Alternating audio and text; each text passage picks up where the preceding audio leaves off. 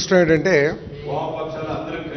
ప్రజాస్వామ్యయుతంగా పరిపాలన చేయాల్సిన ప్రజల చేత ఎన్నుకోబడిన ప్రభుత్వం నిరంకుశత్వంతో పోలీసుల సహకారంతో పరిపాలన సాగించడం అనేది చాలా శోచనీయం. ఈ దేశంలో కేవలం స్వార్థపూరితమైన ఆలోచనలతో, దోపిడీ ఆలోచనలతో పరిపాలన చేస్తున్నారు. కాబట్టి వాళ్ళ తప్పుల్ని కప్పిపుచ్చుకోవడానికి పోలీసు వ్యవస్థని పూర్తిగా వినియోగించుకుంటే తప్పితే ఈ రాష్ట్రంలో శాంతి భద్రతల గురించి కానీ మెరుగైన సమాజ పరిస్థితులను ఏర్పరచడానికి కానీ ఈ పోలీసు వ్యవస్థను వాడతలే ఈ ప్రభుత్వం.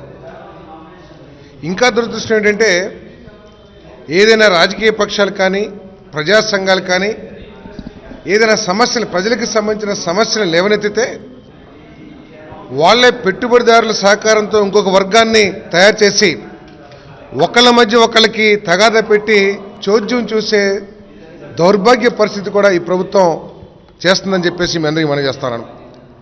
ఈ తొందూరు మెగా పార్క్లో ప్రజలది తప్పులేదు, ప్రజలు కోరుకుంటుంది ఒక్కటే, ఆ ప్రాసెస్డ్ వాటర్ని దాదాపు రోజుకి 1,50,000 లీటర్లో 1,000 లేదా 10,000 20,000 లీటర్లు వినియోగించబడ్డా కూడా మిగతా వాటర్ అంతా కూడా మళ్ళీ వదిలేయాల్సిన అవసరం ఉంది. అవి త్రాగునీటి ట్యాంక్స్లో కానివ్వండి, లేకపోతే కాలువలోకి కానివ్వండి, చేపల చెరువులోకి కానీ వెళ్తే అక్కడంతా కూడా చేపలు చచ్చిపోయే అవకాశం, మనుషులకి ఆరోగ్యపరమైన సంబంధాలు కూడా వస్తాయి, సమస్యలు వస్తాయి. కాబట్టి దీన్ని ఒక 30 కిలోమీటర్ల దూరంగా సముద్రానికి దగ్గరగా మీరు ఏర్పాటు చేసుకోమని చెప్పేసి ఆ ప్రజలు కోరుకుంటుంటే ఎందుకు భేషజానికి పోతుంది ప్రభుత్వం అని చెప్పేసి మేము అడుగుతా ఉన్నాం. ఆఖరికి ఎప్పుడైనా ఏ బాధ్యత కలిగిన ఏ ప్రభుత్వం అయినా సరే ప్రజల్ని విశ్వాసంలోకి తీసుకునే అభివృద్ధి కార్యక్రమాలు చేస్తుంది, లేకపోతే పరిశ్రమల్ని నెలకొల్పుతుంది. పబ్లిక్ హియరింగ్ అనేది ఎందుకు? ప్రజల్ని ఒప్పించడానికి, ప్రజలకి దీనివల్ల ఎటువంటి సమస్యలు రావు అని చెప్పేసి నమ్మకం కలిగించడానికే ఆ పబ్లిక్ హియరింగ్ను కూడా దొంగచాటుగా ఎంపీటీసీలకు కానీ, సర్పంచ్లకు కానీ, ప్రజలకు కానీ ఎవరికి తెలియకోకుండా దొంగచాటుగా ఎంఆర్ ఆఫీసులో, ఎండీ ఆఫీసులో పెట్టుకుని మీరు ఏర్పాటు చేసిన అవసరం ఎందుకు వచ్చింది అని చెప్పేసి అడుగుతా ఉన్నా నేను. ఆఖరికి ఒక సామాన్య వ్యవసాయ కుటుంబ మహిళని మర్డర్ కేసులు ఇరికిచ్చారంటేనే ఈ ప్రభుత్వం ఆలోచన, పోలీసు యొక్క పాత్ర ఏమిటో మనకు అర్థమైపోతుందని చెప్పేసి మనం చేస్తాను. ఒక సామాన్య మహిళ వ్యవసాయ కూలి కానివ్వండి, లేకపోతే అంటే తోలుమందం అయిన తర్వాత ఎవరైనా చేయలేరనే ఒక సామెత ఉంది. ఇంతకుముందు ఏమిటంటే రాజకీయ పక్షాలు కానీ పత్రికలు కానీ ఏదైనా సమస్యలు లేవనెత్తితే అధికారంలో ఉన్న పక్షం దాని మీద విచారించి పరిశీలించి తప్పు ఉంటే సరిదిద్దుకుంటానికి కానీ, తప్పు లేకపోతే ప్రతిపక్షాలని ప్రజలని ఒప్పించడానికి కానీ విశ్వాసంలోకి తీసుకుని పనిచేసాయి.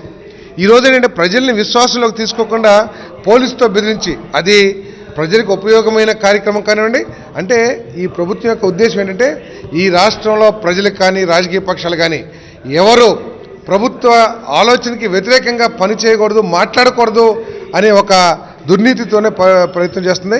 మేము డిమాండ్ చేసేది ఏంటంటే అక్కడ పొల్యూషన్, ఎందుకంటే ప్రపంచం అంతా కూడా జీరో పొల్యూషన్ అని చెప్పేసి మాట్లాడుతూ ఉన్నారు.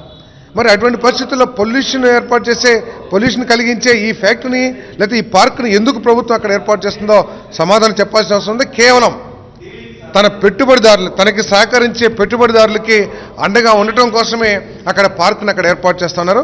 ఇప్పటికైనా సరే ప్రజలతో చర్చించి ప్రజలు ఏదైతే కోరుకుంటున్నారో దానికి అనుగుణంగా ప్రవర్తించాలని చెప్పేసి పొల్యూషన్ కారకమయ్యే ఈ మెగా పార్క్ని తరలించాలని చెప్పేసి మేము డిమాండ్ చేస్తున్నాం.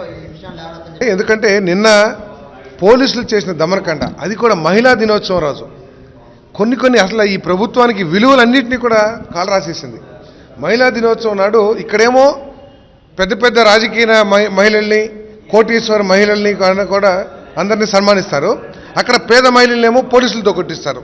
ఇదేనా ప్రభుత్వం యొక్క విధానం? అంటే మహిళల్లో కూడా వివక్ష, గొప్ప మహిళలు లేకపోతే పేద మహిళలని అక్కడ పోరాటం చేస్తున్న మహిళల్ని సమాధానపరచాల్సింది పోయి మహిళల్ని చీరల్లాగి ఎంత దౌర్జన్యంగా మహిళలని కూడా చూడకుండా ఏ విధంగా పోలీసులు దౌర్జన్యం చేశారో మనం చూసాం, ఈరోజు నిన్న చూసాం. దాని మీద తప్పకుండా మేము దాన్ని ఖండిస్తూ అసెంబ్లీలో కూడా మా నాయకుడి దృష్టికి తీసుకెళ్లి అవకాశం ఉన్న మేర దీన్ని అసెంబ్లీలో లేవనెత్తడానికి కూడా మేము ప్రయత్నం చేస్తాం.